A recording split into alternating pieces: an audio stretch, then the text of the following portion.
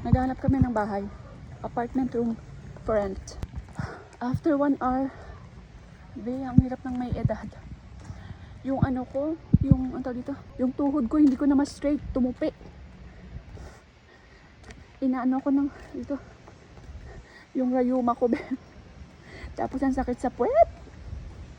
Sakit sa puwet sa motor. Naghanap kasi kami ng bahay.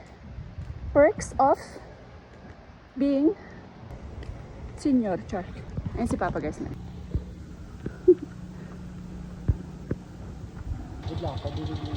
Gano'n lang pa dito. Ako lang.